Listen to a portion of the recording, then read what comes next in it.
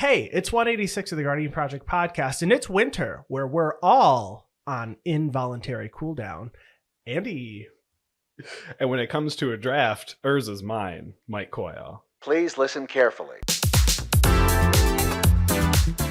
This is the podcast about Commander. Our favorite Magic the Gathering format. And this week, we are continuing to look at our numbers from the 2022 year of Commander game tracking. Today, we're going to talk about some top commanders that we played against, not just our own.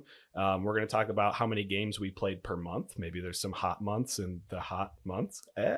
And something that there's been a lot of buzz around about Twitter once we posted a couple of our statistics and a lot of buzz in the conversations about it. We're going to talk about winning percentage in what turn order. Yes, but before we do that, hey, another set's coming out. What crazy. Who would have thunk? But there's no new cards. It's all reprints. Mm-hmm. Dominaria Remastered comes out this Friday. I didn't actually buy any of this set because I keep saying I'm going to buy sets and I'm going to buy draft packs because I'm going to draft. Yeah. And then guess how many times we drafted last year? It was once. Only once. And we did Commander Legends. Oh, we did Battle for Baldur's Gate. We did Infinity too. 2 drafts. Oh, we did 2 drafts. So we didn't know 3. 2 days. Yep. 3 drafts. Yeah. Magic the Gathering. Magic. Yeah. So this set has a lot of cool stuff in it. It's a fully draftable set featuring cards from 27 sets that took place all on Dominaria. Yeah. So all reprints here. Yeah. Super, really good high value reprints too. New artworks for things like Force of Will. Yeah. And we have some really cool extended artwork stuff for like Yawgmoth, Thran Physician, and Urza, Lord High Artificer, along with these other top cards. The tutors, the 1 mana instant speed tutors are getting reprinted, as well as Gamble. Yeah, Vampiric Tutor, Enlightened Tutor, Mystical Tutor, and Worldly Tutor. And Worldly Tutor. That's the big one. Worldly. Yeah. But Sylvan Library's here. Yawgmoth, Entomb, Urza's Incubator. Dark Didn't realize it was $30 until I started looking at this. Had no clue. Yeah. I don't think I own an Urza's Incubator. I don't know if I run it. I don't even know if I have a deck that I'd want to run it in. Yeah, I mean, it's got to be those like if you were to have built your Worm Commander deck that you thought about building, that's an Urza's Incubator deck right there. Okay, I would play. That's a deal breaker, ladies. That's what that made me think of. 30 know rock. what you're. Oh, okay. 30 rock. 30 rock. Mm-hmm. Urza's Incubator, very good. It does say that the cards that make up this are all from sets from the past, except for Tempest, Stronghold, Exodus, and Nemesis, because apparently they took place on Wrath, which was then apparently overlaid on Dominaria. Okay. But because they didn't originally take place there, and cards from those sets were used in Tempest Remastered, they were like, we're not just going to use these for. Okay, so like in this new set where it's assumed that a bunch of planes are colliding, are these technically not happening on Dominaria 2 for the next time they remaster a Dominaria set? No, they're taking place literally on Dominaria. But like also everywhere else, if all the planes are combining and colliding into well, one. I don't know if we know that. We don't yet. know. We don't know. I feel the like story this is starts in more a couple of, days. Yeah, I feel like this is more of the Quintorius decided to just run over to Dominaria. Just ran over to Dominaria, really fast. And Baral, Chief of Compliance, is in some of those artworks. That elemental that ran so fast that it ended up on Dominaria from Legends Retold, maybe they can finally get back home. From Legends Retold, the elemental. I think, there was an elemental that ran so fast. It allows you to cast sorceries at instant speed or something like that. It ran so fast, that's how it ended up on Dominaria. Interesting. Yeah. Interesting. So Dominaria Remastered comes out this Friday, if anybody's interested. And I want to thank some folks for listening to our show every single week. Some of you have listened for 186 weeks. That's a lot of weeks. And I appreciate all of you for also telling us when we forgot to upload something to YouTube too. You uploaded last week's audio this week. Can you redo it? Yeah. You know what's funny? That was like a month or two ago. And I was like, this doesn't make any sense. And Mike's like, what are you talking about? And I was like, I think it's just last week's audio. He's like, oh my God, I gotta go fix it. So thank you so much for being our QA department. Yes. And thank you to everybody who supports us over on Patreon. We really appreciate your support. If you're not supporting us and you want to support us to gain access to lots of cool swag, deck techs, access to second main, or access to patron leagues, you can support us over at patreon.com/guardianprojectpod for any dollar amount. And if you're looking for another way, an additional way, or you don't have the money for Patreon and you just want a way to freely support us, whatever platform you're enjoying the podcast on now, subscribe, follow, rate, review, comment, whatever the platform has you do there. I'll do something different. If you could do that for us, we'd really appreciate it. You can also find us online at theguardianprojectpodcast.com. We stream on Twitch at twitch.tv/guardianprojectpodcast. You can find our social media on Twitter at @GuardianPod, on Instagram at GuardianProjectPodcast, gameplay videos at youtube.com/theguardianproject. And you can email us anything you wish, and we'll probably read it at guardianprojectpod@gmail.com. Exactly. Now let's reopen those Excel spreadsheets.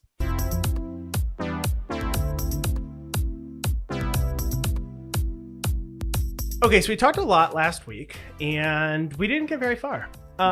So we have a lot more that we want to cover. So we ended off with the next stat being the top 10 commanders that we played against and how many times we played against them. So we wanted to also make it so that we kind of limited this to being 3+ games, right? Yep. So that was kind of our qualifier before. So I will go through the commanders I played against, starting with, I'm going to do 10 to number 1. 10 to 1. Okay. So Giada, Font of Hope, Oscar the Reconstructor, Yuriko the Tiger Shadow, Slimefoot the Stowaway, Go Shintai of Life's Origin, and Halo the Painter, Brina the Demagogue, Gavi Nestwarden, Fabine Boss's Confidant, and number 1, Delina Wildmage. Nice. Very nice. Mono red dice rolling was seen on my spreadsheet more than anything else. That's cool. That's cool. I'm proud to be part of that statistic.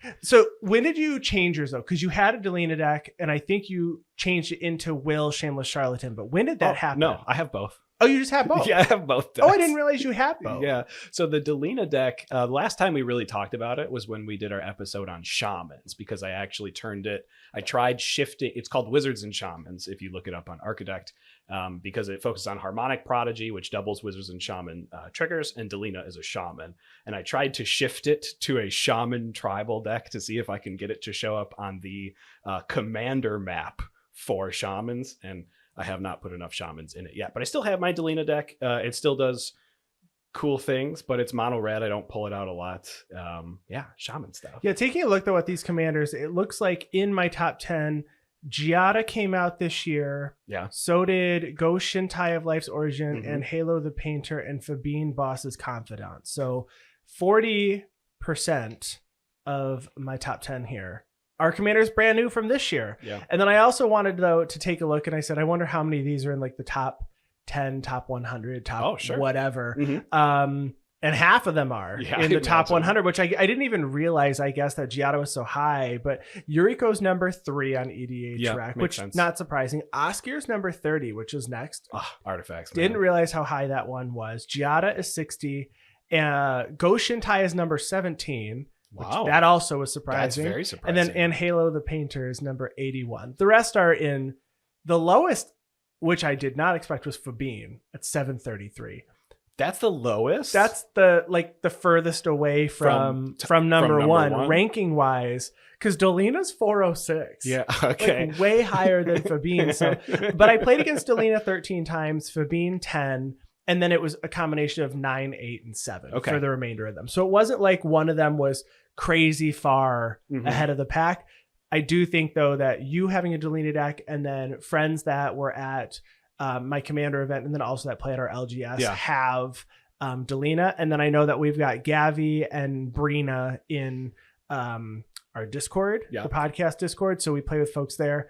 And then I think Clayby themselves account for about half of those Fabine games. At least. And the rest of them are from our Discord. And Fabine, I will say, stands out now in my mind as a must remove commander because the number of times where it's been like, I have, Fabine and 2 creature tokens, but then they play a spell and then they do the parlay thing of like, oh, now all of them have haste and they all get +3/+3. It's I didn't realize I was actually just dead. So Fabine being 6 mana for the commander, that's not that bad. No, and in fact, I remember we already talked about it last week when it comes to game-winning things, but I know Fabine pops up more than just in games that won or games like as the commander and games that are played as my opponents as commander, but also as, holy crap, Fabine came on the battlefield from this Atla deck, and it did work. It did work, and we have a friend who plays Go Shintai, and I will say the Go Shintai decks are all pretty, and I will say this about this commander, they're all very grindy. Yeah. It plays like an Enchantress deck that it just takes a while because you're just getting all the shrines. It's very upkeep triggers. It's a slow roll, like a slow roll snowball deck. And you might disagree with this assessment. I feels kind of like a Shirei deck. How it like starts innocuous with like 1 or 2 shrines or something, or 1 or 2 low power creatures, and then all of a sudden there's 10 and you have a billion triggers all the time. There are, but they're not always at the end of everybody else's turn. That's true. So it's a little less painful. But I didn't see these numbers coming. I try not to look, like we said, I try not to look during the year, and I did not expect Delina or Fabine or honestly Gavi to hit the top, but here we are. All right. Well, we're about to see what I would call trends with some of these commanders. Okay. Because for my top 10, I actually did have quite a large tie chunk. So I have a 6th place through 12th place. Okay, all with the that's same fine. number of games. So Angelo the Painter with 4 games. Tivit, Seller of Secrets with 4 games. Goshen, Tie of Life's Origin with 4 games. Shalai, Voice of Plenty with 4 games. Niv Mizzet Reborn with 4 games. Adrix and Nev Twincasters with 4 games. And the one that really probably sticks out of this group, Nekusar the Mind Razor for 4 games. Yeah, exactly. I didn't know people were still playing Nekusar. They only are. because I just never see it, and I feel like, and I've said this before about television, if I don't watch it, it's not a popular show, but it's just because I Sure, didn't watch it, and I've had this mindset where it's like, I don't know, it can't be that good. I've not watched it. It's like, hey, if you just watch it, it'd probably be pretty good. Nekusar's, if we were to look it up on EDHREC, it's probably still like a top 10 Grixis commander and will be forever because people just love the wheels. But every Nekusar deck I played against this year was not like high power, was not trying to wheel. They were mostly like group hug decks, and they're like, yeah, we just want to play Grixis group hug. This has people draw more cards. It's rank 32 of all commanders, so it's There still you up go. there. It's still okay? up there. It's still up there. So after that, at 5 games, I have a 3-way tie with Jaren, Corrupted Bishop, Exava, Rakdos, Blood Witch, and not one of Andy's commanders, Brina the Demigod. I'm excited that Exava Rakdos Blood Witch made it into somebody's tracking Yes, spreadsheet to the point that it's being recognized. That's right. 5 games from Exava. And I don't think I have not won a game where your Exava deck was in it, I don't think. But you didn't win every game with your Exava deck. No, but I won a lot Yeah. with that budget sleeveless deck. It was cool. At number 2, I have Tovolar, Dire Overlord with 6 games. Lots of werewolf decks out there this year, but brand new this year. And you've seen mine and Shauna's from Tap That MTG. That's so it's not even just all my losing Tovolar No, games. it's not. It's more than just my losing. That's right. And then number 1, we've talked about it for a bit here already in the past couple of minutes. It's Fabine, Boss's Confidant, with 7 that's games. your number 1. Yep, 7 games against Fabine. Thank you, Clayby, for being 5 of those 7 games, probably. Oh wow. Yeah, no, this is a fun top list. Last year I played against a lot. I feel like, and I'd have to go back and look, but I feel like it was more commanders that were new that year than this year. This year it's nice seeing some commanders that weren't brand new, but they're all still pretty recent. I mean, aside from Yuriko, which is of these, I think the oldest, and maybe Slimefoot, Brina and Gavi might be getting there, but all of them are within a year or 2, except for like Yuriko and Slimefoot, I think. I'm really surprised to see Fabine and Tivit as the only new Capenna commanders on my list, because I really felt like new Capenna was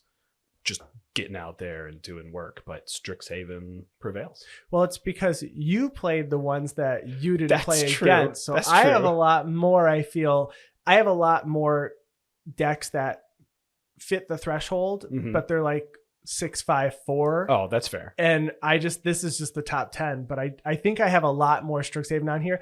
I know I've seen Henzi the Toolbox Tori quite a bit. a You've big played one. that. Mhm. I've played with other folks. That deck was very popular.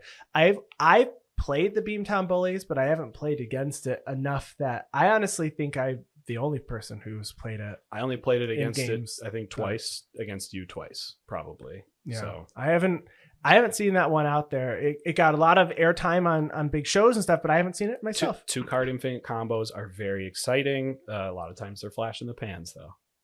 Sometimes you can't get there, which is what happened to me That's most true. of the time. It was like I would get 3 people out. That was like, I don't have anywhere else to go. It's a non-Voltron strategy. Yes. Highest and lowest months that we played games this year. Yeah. Did we have any hot months? May is not hot. May is like springtime, and it's not really hot yet. Not but yet. my hot month, I played 42 games in May. Holy moly. I can't believe it. I don't know where all the games there were streams, there was an event, there was a lot happening in May. Was May Indy? Command Fest Indy? I am not sure. I don't was remember. Ill prepared for this question. I just know I'm going to scroll back in my calendar that for I a have little while. that I have 42 games there, and then my least played games was in a month where it is very hot. September. It's starting to cool down. Yeah. In September. No, it's still pretty hot. It's actually. pretty hot. Actually, September is it's pretty hot. miserable. Actually, where I only played 16 games. Okay. So September was my least played month, and if I look back at last year, May was also my most played month of the year. Oh, okay. So I It's a think it's just trend. that time. It's like after the holidays and getting back into the swing of things, and then maybe things at work start to calm down. that's fair. I have more time, just the way that mortgage servicing works. A lot of people move in the summer months, so things start to get busy in the summer. Yeah. And this is just before summer when folks haven't moved. Right. And a lot of people move specifically because of their kids and school districts. Sure. And when school starts. So they don't move until like June, July, early August. Yeah, And that's then fair. so that's the but yeah. How about you? So my highest played month with 27 games was also the month of May. So there must have been an event that we both attended where we just jammed a ton of games. I didn't see anything in my calendar. I'm not good at keeping track of those things, apparently. Well, I guarantee there was an event. If you Yeah. had that many games, Yeah. there was an event. So we went to an event in May. And what was your least played month? My least played month was February and August. So robotics season. Yeah, well, not August though. August must Oh, I have been guess. August must have been just like I was spending time outside. So that was Touching grass at some might say. at some point. With only I'm sorry, those were not. I'm reading my own statistics completely wrong. March was my least, which is robotics for sure. Oh, okay, that's when I you're played- doing the actual competition. I played 3 games in the month of March. Yeah, Mike is at he'll be at competitions like twice a week, and it's like, hey, you want to do something? He's like, I'm at competitions. I don't Yeah. know how many more times I My one have to remind you. the one free day of the week is Sunday. It's like, no, actually this week the tournament's on Sunday. Yeah, no, sorry, can't. But yeah, no, that was my February. March and August though, I only had 5 games, also very low. I guess when I'm in a mood, I play Magic a lot. And when you're not in the mood, I probably still try to You play Magic. nap. I'm the guy that's in LFG Commander that has 2 other people, but not a 4th. And it's like, I don't really want to play a 3-player pod. And I then get just it. go play a video game, some Pokemon or something I instead. understand. I mean, it happens a lot. It I mean, does. just you want to play with 4. I get it. It's true. People we played with the most. So I played with 211 different people. I didn't know I knew that many people, but I played with That's a lot of 211 people. different people. And not surprising, I played with you the most. I played Aw. 70. Okay, I played 74 games is what I have logged as being played with you. And then I have Parker from our Discord at 44. I have Kyber 24. And then I have a bunch of people in the 20s and down to the low teens. Okay. Yeah. I played with 102 different people. And what if I told you that you weren't the most played person I played with? I wouldn't believe you. Yeah, no, it's you. It's me. Yeah, it's 73 games I had. and I think you had 74 because you track the draft games and I don't. I do. So we did a Commander Legends draft, Mm-hmm. which Mike won with Lulu Holofont and some Tavern Brawler. Tavern. You sack like an artifact or something. Tavern Brawler, I think, is the one where you can exile it. I played Tavern Brawler. Maybe it wasn't. Street Urchin is the sacrifice one. Must have been Street Urchin. Yeah, I think it was Street Urchin. But I had Tavern Brawler in the deck, which is why I'm confusing myself. But yes. Yeah, it Red, was white commanders flyers you control prevail. have pay 1, sack another creature or artifact. It deals 1 damage to any target. And I do remember that 1 damage mattered against me. Yeah, it was pretty good. And then the and commander, then a dragon deck won. I won. I but won. We thought the dragon deck was going to win. Well, because there was 2 dragon decks and one of them, well, they were both 2 color. No one had Miriam, right? Did someone have Miriam? Yeah, there was Miriam. Okay, there was and a then there Miriam. was the. Is it one or No, it was the Simic one. the Simic one? Yeah. Okay. Yeah, and red white flyers, better flyers than dragons is all I'm going to say there. But yeah, Proof. the Baldur's Gate game. But yeah, Andy, I had 73 games with you. Patron and a friend of the show, Parker, I had 21 games with him. Your husband, Nick Flory, had 16 games with Nick. 12 games with Andy Zupke of the Scrap Trawlers. Andy Bentley of Commander's Forge, 11 games with them. And then our friend Torin. I got 11 games with them this year, which is way more than I thought I'd play with Torin. I will say this year is the most that I've played with my husband in a while. We played 51 games. It's awesome. That's a lot. We have not played that much Commander, but he went to all the events and he's been playing with folks in the Discord too. So it's been nice. Got a bunch of brand new decks this year too. It's usually Changing like some stuff 20. up. It's usually like 20. Yeah. You know, he's not as invested. He's mhm. like, when he wants to play, we're just going to hang out and play. But this year, when we were filtering, he goes, I did not realize I played that many games. And he goes, and that's assuming he goes, the games that he played with you might not, I might not have been in all of them. So he may have played plenty more. And he's in our Commander League, so he's already played 1 game with me that he hasn't played with you this year. Has not. All right, let's talk about the top 10 commanders that won and how many times they won. And then we'll chat about it and whether we see any trends or if there's any commanders that might be winning for obvious reasons.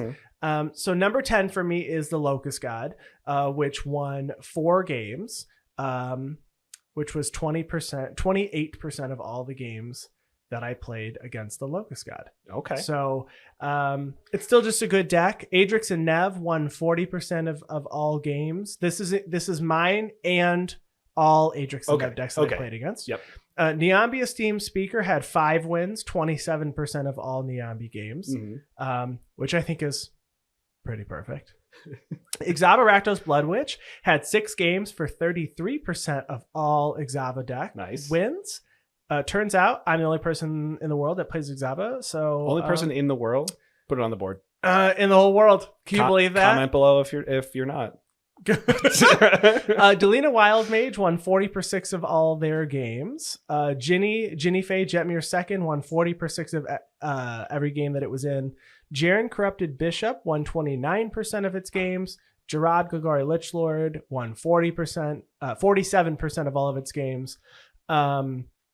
Kaza Royal Chaser won 48% of its games, and then Niv Mizzet Reborn won 80% of all games with Niv Mizzet Reborn.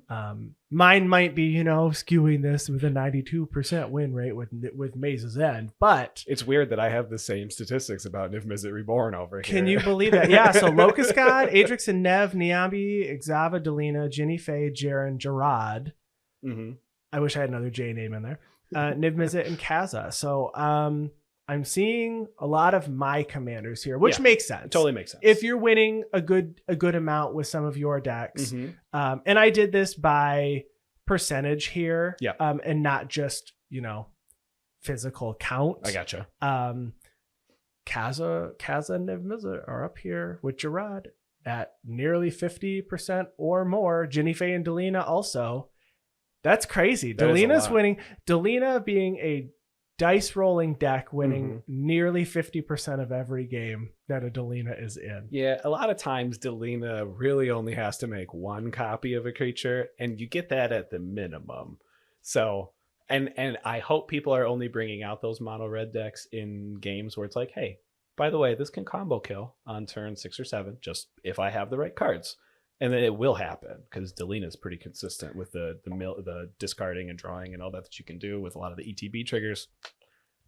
I like it a lot. Yeah, I think Jaren Encrypted Bishop was a lot of fun as well. I love that deck. I really like that deck. I like it's I think that I'm also contributing to some of these, and I might be skipping a little ahead here, so I don't want to get too far into it. But the whole deal is you pay life and then you trade it away with somebody else's life. So you do it, I don't know, with Wall of Blood will do it. Sure. Toxic Deluge. There's a bunch of cards that you There's can pay. tons of them. And you can just get, and then you just give your life away. You're like, so I started the turn at, I don't know, 28 or 29. I'm going to go down to 3 and then take Mike's 32. Yep. He's at 3 and that's no longer my problem. And I'm at 32. And, but it's a pretty hit or miss deck. I will say it's not consistent, but it's always fun. Sure. I will say that deck is probably not getting taken apart for a long time. It's probably going to stick. It's sticking around. It's in the stables. I feel like you should, and I know you're not into sports that much, but I feel like you should get an alter art of your commander and have him be a basketball player that's passing the ball to someone dunking, because you're setting up alley-oops for people. It's like, hey, look, that person's at 3 life. Alley-oop.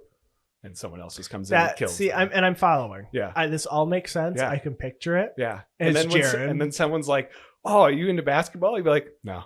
Just a joke. Not even a little bit. No. But I've enjoyed that deck. And I will say 2 of my losses were someone stealing my turn. Oh. I had an Emrakul. 2. And I had a Mindslaver. That's awesome. Both this past year. And I had like a Toxic Deluge or a Wall of Blood out, and they said, I pay all my life. They did it with Hatred one time, didn't they? Yeah. It was one of those. And so I lost to my own cards with a steal a turn, which feels pretty cool. I mean, the Jedi did warn us that hatred will eventually lead to your downfall. So the Sith, what are you going to do? What are you going to do? But yeah, none of these decks I don't believe any of these this year were in my top last year, other than Gerard, which performed much better than it did last year. Last year was on the lower end. So I'm happy with what I'm seeing, though. And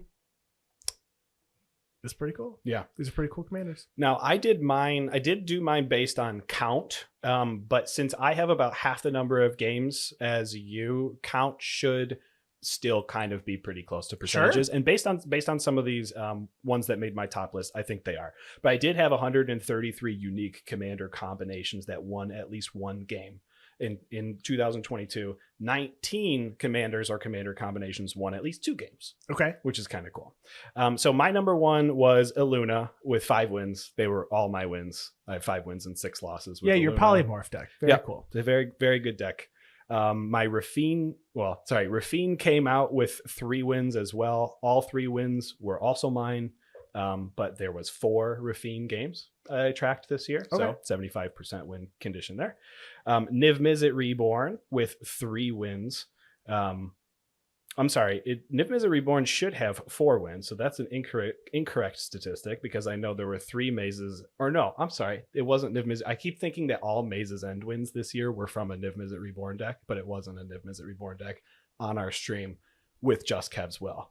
Correct. Okay, so Niv Mizzet Reborn had 3 wins, all yours. 2 Mazes End and 1 Rakdos Charm win. Oh, I remember the Rakdos Charm. Yep. I needed to just flip a Rakdos Charm, and I named it off of Tameo, and there it was. Oh yeah. I didn't know it was there, honestly. I really didn't. It was awesome. Delina Wild Mage is the next one with 3 wins. All 3 of those wins were my wins, but I did have, I think, 4 or 5 Delina Wild Mage games there. Fabine Boss's Confidant, of the 7 games I played against it, 3 of the times it did win. So, I mean, that's a really good showing for almost 50% of the times I played against Fabine. Fabine won. And then, as I said before, 133 unique commander combinations, got at least 1 win on my list. So number 1 was what again? Illuna. 5 wins. My Illuna. Yeah, I mean, it makes sense, though, that your commander makes the list if it's performing well. It's true. And that deck, people leave me alone, and then it combos out. So that's would what you happens. change anything about your decks that are doing well? I know that we talked last week, and you mentioned that Aluna was starting to feel a little boring for you. Yeah. Do you want to just change it to a different commander, or is it just take a break and come back to it in a couple months and see if it sparks joy again? I would change the theme first, I think. So right now, all of the instants and sorceries in Aluna focus on creating creature tokens that I can then polymorph into bigger things that I decided were also going to care about tokens. So there's like doubling season in there. The win conditions are like Craterhoof Behemoth, which won't win unless you're going wide. Brutaclad is actually a really good card in that deck. So maybe if I just changed all of the hits to something else, different theme, that's what I would do at least first. And polymorph all my token creatures into, I don't know, enchantments. I don't want an enchantment deck. No, I agree with that. I don't want you to have that either. But something maybe that isn't token focused. And I don't know what that'd be. It could be dinosaurs. Maybe I could do mutants. I could do something. I mean, it could be my a Tyrannid commander deck because it is Teamer. Maybe I just shove all my Tyrannids in an Aluna deck and see what happens, because you can mutate onto a Tyrannid, but not all of them, because some of them are actually humans in that deck. True. The one deck that I do think that I kind of want to change up this year, just because I feel like we've seen when it's done and it just becomes, I don't know. I don't want to say boring, but I want to say maybe more inevitable. Okay. Is Niambia Steam Speaker. Okay. And what I think I want to do is the package where I shuffle together some number of just Azorius legends and put them in versus having the select group. I'm not sure how many creatures I would remove, because I'm playing cards like Rhea Dawnbringer and stuff that actually reanimate and like just work. So I would leave that in because I need to keep in all the reanimate cards I can, but maybe switch out the other 25 legends and maybe have a pile of 75 or something and make it that. So it's a little more random. And then if you find, a like Jin Gataxias or Azor or something that you're like, this is actually very good. Yeah. It's just by happenstance and less of I prepped for this. Right. But I also have to draw them. I'm not running tutors other than I think Search for Glory in there. Sure. Because that one can grab a snow permanent. There's no snow permanents. It's not even basics? I don't run snow basics in there. Okay. Nope. But I can get any of my legends. So I'm doing that. I think I want to change that. Despite it doing, very well. Folks have been talking about the episode from last week, and we were giving out some preview stats, and someone said they were like, oh yeah, Kaza and Niambi are the two that I'm like most nervous to play against. Sure. I expect them to just do well. Turns out it's Niv Mizzet reborn. Turns out it was Niv Mizzet all along. But I think Niambi needs to change. But Ixava's great, and I hope we continue to get cards that work with the modified mechanic that are also budget. Or they just reprint the Ozolith 16 times so I can afford to put it in a sleeveless deck. I think it's still $2.50 printed 16 times.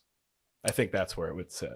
But I would put it in there. Yeah. $2.50. $2.50. Not at 20 25 plus. yeah. Not at 20 plus. All right, let's talk about the commanders that most often got knocked out first. Yes. So we refer to this as fourth place.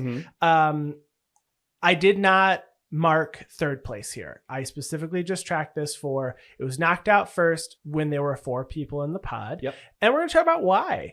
So I broke this down in 2 different ways. I have a physical count that this is the highest number of times it came in fourth. And then I also have one by percentage. So that gives me my top 10 here. So the commander that was knocked out the absolute most in fourth place. Yep.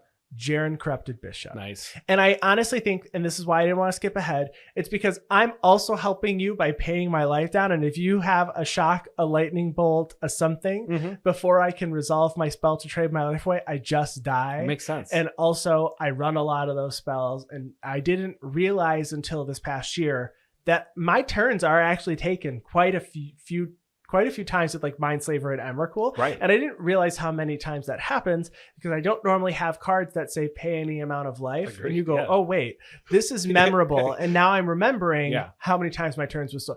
If I'm just playing some random humans deck, I take your turn and I swing out and you lose like 6 of your creatures. Okay. But I actually just am out now. Yeah. completely out. You know, if Wizards ever prints like a 0-mana artifact or something that says like other players can't take your turns, you're shoving that in your deck. I don't think it exists yet, but I gotta put it in Jaren. Next is Castle Royal Chaser. Got knocked out first 6 times of those 25 games. Tovolar, Dire Overlord. Remember, I played this deck 10 times. Yeah. I won 0 times. It was knocked out first 6 times. Yeah, that makes sense. Just, you gotta go. You gotta put Tovolar down. Niambi Esteemed Speaker. It played 15 games. Was knocked out first 5 times. So 30%, 33, I guess. Yeah. Saskia the Unyielding. This is the one commander that I didn't even, it wasn't on my radar or something that I had played against that often, to be honest. Sure. 6 games, was knocked out first, came in 4th place 4 times. Okay. So that's a lot. That's a lot. Gerard Golgari Lichlord, 17 games. It came in last 8 times. Okay. And then the next 12 on my list were all the same, tied, but by percentage. Now this is a small sample size, so obviously these numbers are not, it's not much, but these are all 4 to 6 games. Lord Windgrace decks came in 4th place 3 times out of the 4 games that Lord Windgrace was played. So 75% of the time people said, no Lord Windgrace, you're done. That's right. Saskia the Unyielding, though, by percentage was 66%, obviously with 4 times of the 6 games. And then any deck that included Baloth Baratil was knocked out first.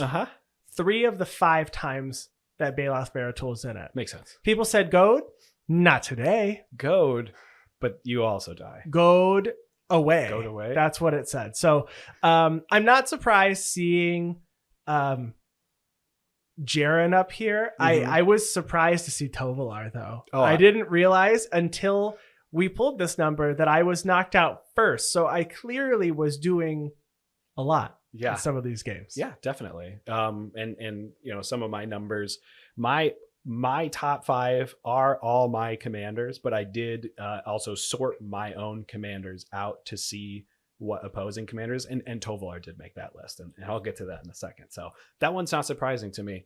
And playing against Tovolar decks, as much as I did, one of the most played commanders I played against this year, Tovolar decks swing at me a lot, so I got to kill them first. All right. I mean, I get it. Okay, I get it. All right, so my top, and mine's just based on count, and I do want to put a small caveat on here. If there's ever a game-winning combo or anything like that, I do mark the players as being eliminated in turn order. I also do that. I guess that's a good note to make. So if the person coming next in order is who I mark as 4th. Right. So if I'm first, Mike's second, we have a 3rd and a 4th player. If I combo out, I would mark Mike as getting knocked out first. Right. And then the next person would be second, and then the next person would be 3rd. And just because you have to mark it some way. There's people that will mark one winner, everybody out at the same time, but I don't mark it that way. Right. Same. So I did want to pull that statistic, and although those situations are just going to be circumstantial, who is sitting next to the player that's winning and doesn't really have any weight to what commander they're playing necessarily. 46 of my games were ended with all of the players being eliminated at the same time, which is close to 35% of my games. Of all of your games? Of all of my games. 46 of them were all players eliminated on the same turn. Okay, so this might be partially my fault, and we'd have to look this up at some point, because Maze's End, right? Sure. You lost to 4 Maze's End this year, 3 of mine, one of a guest. I know that I've played against you with Gerard a couple times, and I usually fling on each opponent at the exact same time, so that might be it. I don't know if I have many others right now that are winning that way. But it would also include a Crater Hoof that swings out and kills everyone at the same time. That's fair. Okay. Yeah. So that's a lot of games. The game just ends. Yeah, the games end all on the same turn. So given that, I'll go with my top commanders basically that were eliminated first most. Satoru Umezawa, which is my $50 budget deck, but plays like a $500 deck. It plays really well. Yeah. It was eliminated 5 times out of the 5 times that I saw it. So it has a 100% loss ratio. Even, but I haven't seen anyone else play it though. And it's it only came my in deck. fourth it came in fourth 5 times. 5 times in a row. Yeah, all 5 games. So it was knocked out first in every 100%. single game that it played. Correct. See, that's why I'm saying that deck does not play like a $50 budget. It's very cool, but you Well, were being scary. every creature that comes Stop out, being scary. every creature that comes out is tapped and attacking, so you don't have blockers, and you are pissing everyone off at the table with every creature you put out there. It totally makes sense. Okay, I like that. That makes sense. Yeah. Okay. My next one is Ikrushiki the Usurper and Sakashima of 1,000 Faces, getting eliminated first 4 times. I believe this is out of 6 games. So that is a life gain deck. And on turn 6, if I'm not dead, I'm at 250 life. So I understand that one too, especially if you've seen it before. Yeah. Morphon the Boundless, eliminated first 4 times of the 9 times it was played.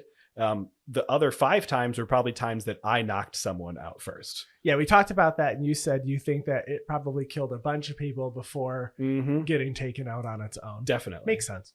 My Ellen Hargreaves Busybody with Haunted one was eliminated 4 times first out of 4 games.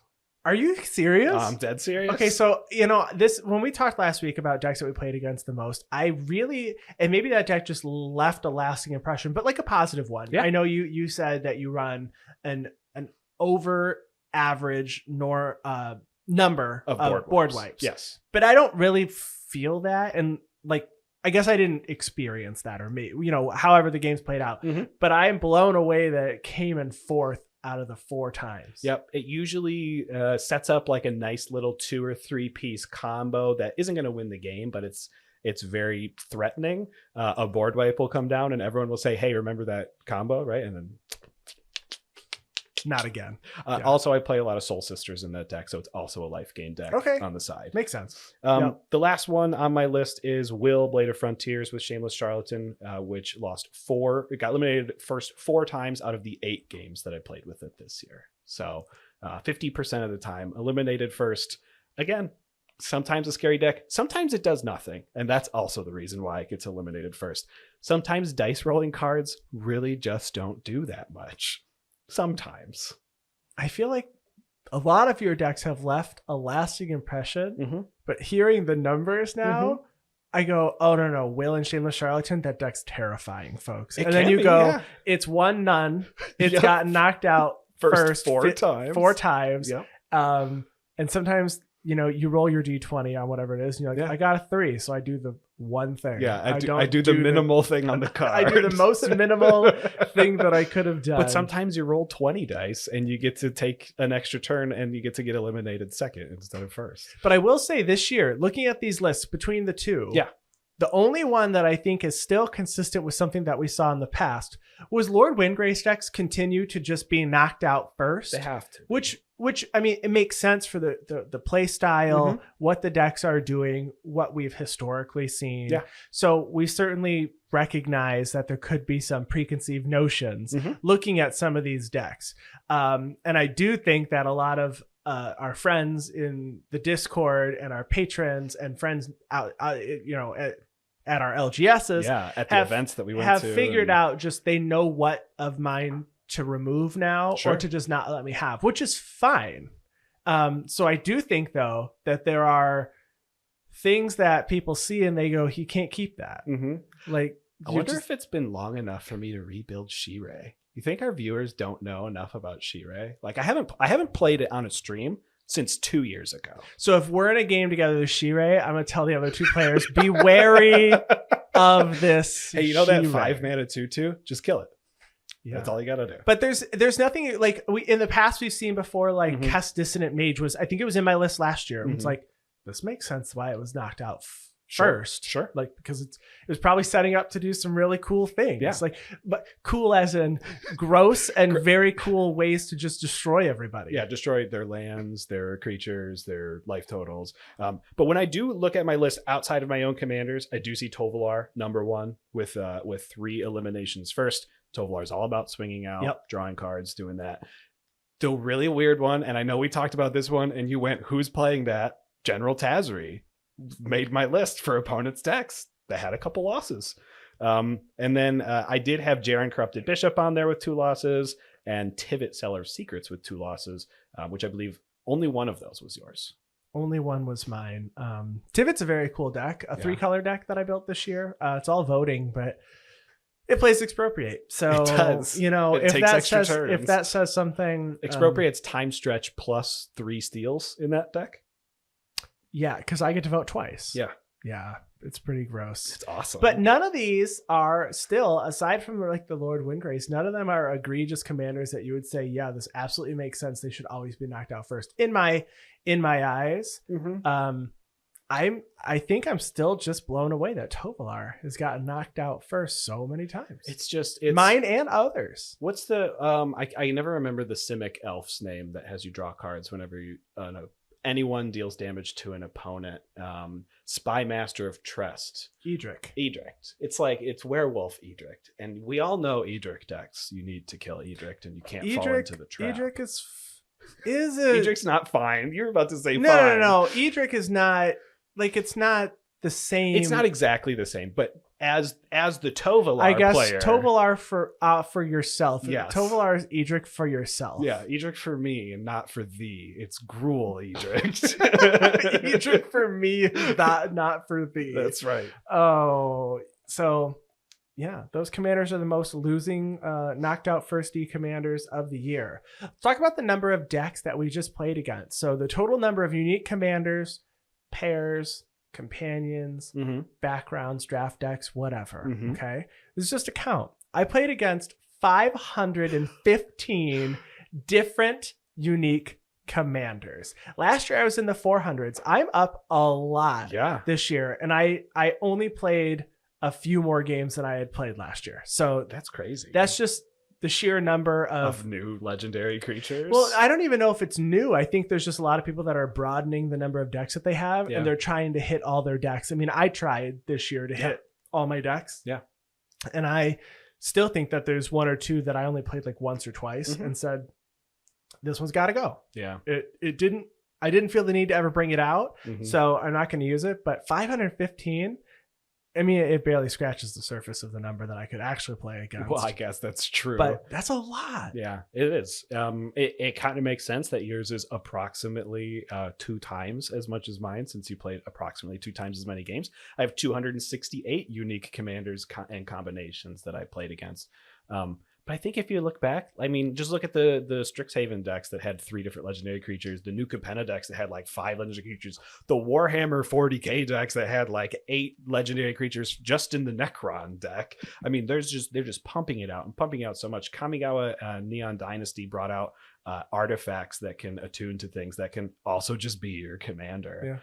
Yeah. They're getting really unique. Yeah, everything's. But we all like playing new stuff too, and I expect every year we'll see more. But I do occasionally like seeing the commander where I go, I know exactly what you do, and I remember all the text on your card, and I think I know generally what the 99 is probably going to do.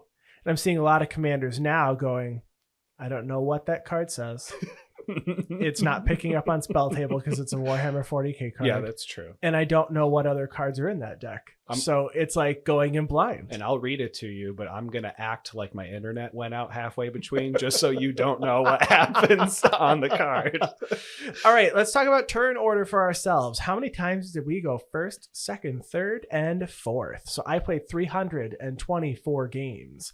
I went first 88 times. Second, 70 times. Third, I went third 95 times. And fourth, I went fourth 71 times. That's a big jump at third. Holy moly. Third is going third though. I usually, when you sit down at a table, you go, I'm going third, feels better than going fourth. Yeah. But I'd prefer to go. I like going second. Yeah. I don't want to be that person going first who's going to play a Soul Ring into a Signet and go, haha, come get me. I like going second and going land. I can't believe you had such a good turn 1. Everybody get them. Yeah. And then Smothering Tithe on 2 somehow. Yeah, I do Soul Ring into something on 2. Yeah, crazy. So third, I went third. Nice. Primarily in my games. Most often. I only have like one category that's just a lot lower than the other ones, and everything else is kind of inflated a little bit. So going first was my highest percentage. Wait, nope. Sorry, I'm looking at win percentage already. Sorry. Going first, I had 28 games.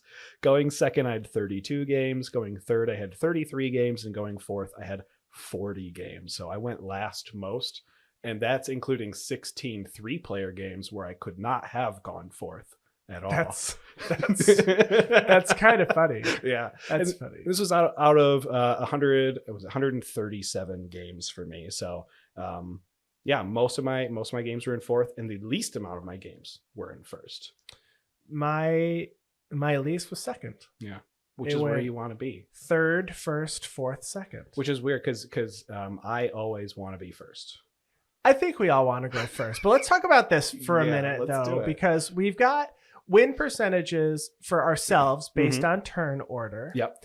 And then we've got the win percentage of the person, Just anyone. of anyone, Yeah. the winner, and Yeah. what place they started in. So when I went first, I won 40% of the time. When I went second, I won 31% of the time. When I went third, I won 28% of the time. And when I went fourth, I won 31% of the time. So I most often won when I went first. Yeah. And I least often won when I went third. Mm-hmm. And then second and fourth were exactly tied. Yeah, that's crazy. I mean, I don't know if my sample size of I don't win enough for this sample size to be that great. Okay. And I mean, this is also even mine is just a small sample size. Yeah, it's true. It's true. But yeah, I mean, I feel so going first was also my highest percentage at 28.57%, 8 wins there. Going second, I had a 15.63 win percentage, with only 5 wins. Going third, I had 7 wins with 21.21%. And going fourth, I had 7 wins at 17.5%. So although I did have the most wins going first, it was only by 1, but I also had the least games played going first, which is why the percentage is highest. Yeah. But yeah, my lowest win percentage was going second, followed by going fourth. So third was my second best position. Interesting. Now let's talk about this, because this what wouldn't matter for Mhm. for our different sample sizes. The winner, and then how often they won, based on their turn order. Mhm. So So this is us and every this player is we this play is just with. every player. Yeah. So if you went first, the winner won 30% of the time, which was 96 times on my spreadsheet. Mhm. Okay. The winner won 24% of the time going second, which was 79 times. The winner won if they started in third place, going turn order, 24% of the time, 78. And then they won 22% if they were in fourth place, which was 71 times. Mm-hmm. So 30% at first. 30% of the time, the person who went first won. That's great. Is 30% high enough above 25% to call it like a true good statistic? Or do we need more statistics? Well, so this is a number that we hadn't reported on last year, Right. but we have turn order from last year. Mm-hmm. So we could also go back Could to do. last year's and look to see. That's true. But according to this, going first is great, and going fourth kind of blows. Yeah. In comparison, there's an 8% difference. Mm-hmm. Mm-hmm. I have a little bit smaller of number of games, but my difference is seen to a greater extent, actually, with first place taking 36.1% of my games. Oh, wow. 48 of the 133 wins. I eliminated the tie game that I ran into and the 2 boss monster games that I played. And Yeah, the commander variants. Yep. And then the 2-headed giant game. So Okay. all those commander variants were removed, which is why it's 133 instead of 137. So 48 out of 133 for 36.1% win rate going first. 29 wins at second turn go for 21.8%. Third turn has an 18% win percentage with 24 wins, and fourth place is a 24.1% win percentage at 32 wins. So fourth place, right on par on my statistics for you're winning exactly 1/4 of the games that you want to. But yeah, 36% at first turn, 18% at third turn. And if I look, I have 7 of those 24 wins at third turn. So if you're at third turn in my games, you got to pick up your game and start winning some more. It's me. It's you. It's win more at third. It's probably me because that's my least wins. So I'm in third, but I think our numbers, they're pretty close. 36% looks a lot worse than 30%. So let's hope it's closer to 30%. If you're tracking your stats, Mhm. we have lots of friends that track their stats as well. They have their own spreadsheets. Some have adopted our spreadsheets. If you have that number and you can do that query for us, actually, we'd love to know how often the winner started out going first, Yes. second, third, and fourth. Please. Because we'd love to see your numbers. So what do we learn about tracking from this year, Mike? Going first is the number one priority in the game, and you should scoop if you're not first. And that's all you needed to know about tracking in 2022. If you didn't go first, you should just scoop. I think I learned that. I mean, maybe I didn't learn this year. I learn it every year. I don't need to win to have fun with the deck, and the deck needs to stay together. And but maybe I need to try to win a little bit harder with some of the decks.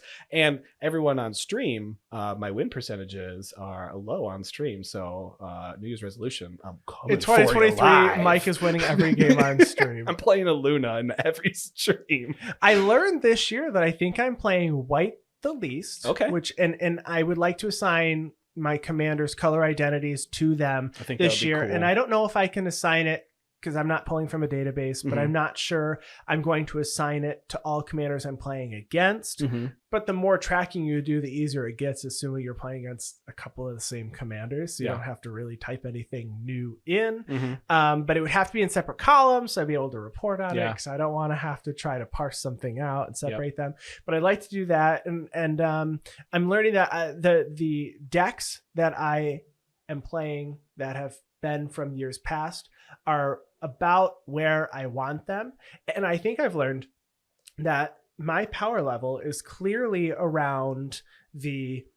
I think I tend to play and enjoy playing decks that are higher power, Mhm. where people are comboing, because I don't mind a combo win. That's very cool. Yeah. And I like when the games take an hour and 10 minutes. Yes. I know it seems very specific to say that, but like 2-hour games can sometimes be daunting. Sure. And games that take 30 minutes, sometimes you're like, oh man, we're just starting. Yeah, I didn't get to do my thing yet.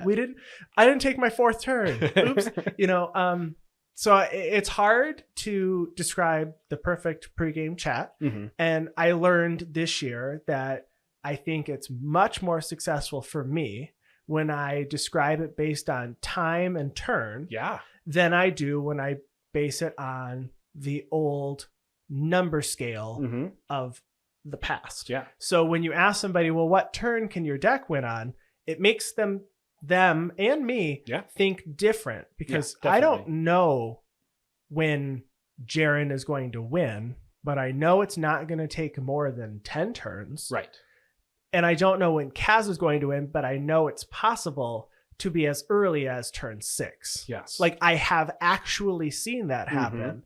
So take that as you will. Right. But based on our statistics, it's winning on turn 6 not frequently at all. But turn 7 through 11, all bets are off. All bets are off. All bets are off. And games are ending, period. Yes. Whether it's us or somebody else Mhm. at that turn. And I think I've got decks that can play to those turns. Right. That's what I like. I like that you can also start complaining about length of games at turn 12 because statistically they're longer than average games now. And we know that statistically. On turn now. 12, I'm like, oh, you guys. Oh, turn 12? Oh, friends, we gotta wrap this up. All right, let's end this on our splashiest plays of the year. Let's give right. 2 of them. We've got so many. Mhm. So I'm just gonna pick 2. So splashiest was one of them on March 4th. We've talked about this card before. We've talked about Endless Ranks of the Dead, which is a zombie card. And I won a game off of this because nobody had removal. Okay. And I thought it was just important enough to mention. So Endless Ranks of the Dead is an enchantment says at the beginning of your upkeep, you make X 2/2 zombies, where X is half the number of zombies you control, rounded down. And nobody had anything to do with it. And it was like, I made 2 and then I made 4 and then, and it's just, it truly was Endless Ranks of the Dead. And then I was able to play out a zombie that said when the zombie dies, you deal damage. And I was like, all right, board wipe. Go for it. Yeah, do it. So I thought it was splashy because it was the first time that card has ever done anything. And I have something positive to say about Endless Ranks of the Dead. That's awesome. We finally found the one moment that will solidify this card as a $3 card for the rest of our lives. I guess I had one really splashy game where I was playing my Abzan tokens deck, and all of the cards, or no, I'm sorry, this was my Teamer deck. Yeah, my Teamer Polymorph deck. All the cards were aligning. I had a hand of like 30 cards, and it was going to my turn, and everyone said, oh, well, if he has Craterhoof, he doesn't get it because we have enough blockers. But I had Craterhoof and Triumph of the Hordes, so I still won it. And that was just a really big, I killed everyone with like 30 infect. It was pretty awesome. That was probably the biggest, splashiest play that I did personally. But most of the splashy plays that I have are actually more about some people that we played with.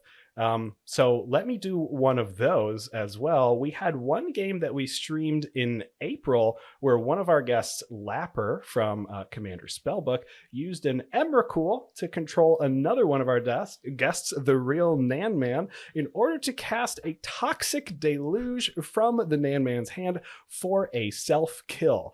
When looking back to watch on that stream, because I wanted to make sure I had all the details right, I had forgotten that Lapper had also cast a Pernicious Deed right beforehand while controlling a Mycos Inflatus and using a Soul of Phyrexia to make all of his own permanents indestructible and eliminating all other permanents on the battlefield.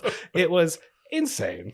Insane. My other one that I'm going to mention is on a stream. I was playing with Mana Curves on their stream with Chase, and I was playing with Alan from Mental Misplay and Lexi, Black Girl Mage, and Chase took out Lexi with a Blightsteel Colossus, and I was like, okay, this is pretty cool. And then I drew my card. I was playing Castle Royal Chaser. I drew my card that is the MDFC, the red one that is Song Mad Treachery. You can steal an opponent's creature and swing. Yeah. And I go, Chase, this is going to be cool. And I stole the Blightsteel Colossus, and then I took Chase out because then I had my flashback card, the creature, the blue one. Lear, Disciple of the Drowned. Yeah. Alan assembled Vecna. I was able to steal Vecna and take Alan out with his own Vecna. And that was the only time Kaz has ever won, specifically not using an X spell at all. That's and awesome. Using the same steal a creature card 2 times. 2 times. Oh yeah, 2 times to kill the with a Blightsteel and a Vecna with their own. Yeah, the controllers with their own creatures. Imagine, yes, exactly, and imagine getting to steal a Vecna though. I don't know how many times I can cross that off on my. I mean, I get 1 time on the bingo sheet, but that's it's not often you're going to see a Vecna and be able to steal the Vecna. I don't think you are. I'm glad you mentioned Mana Curves because I have some stuff from being on Chase's stream as well, but I don't think we have time to get to it right now. Well, I guess then we'll talk about more splashy plays on Second Main this week if you would like to check that out. But that's going to be it. If you want to chat with me more, I'm on Twitter at Andy Flory. And I'm on Twitter at Wormcoil Engine. And of course, to all of you out there, we'll talk to you next week. And if there's more stats you want us to hear, you want to hear about or talk about, just let us know and we'll pull it. Thanks. Yeah, bye. Goodbye.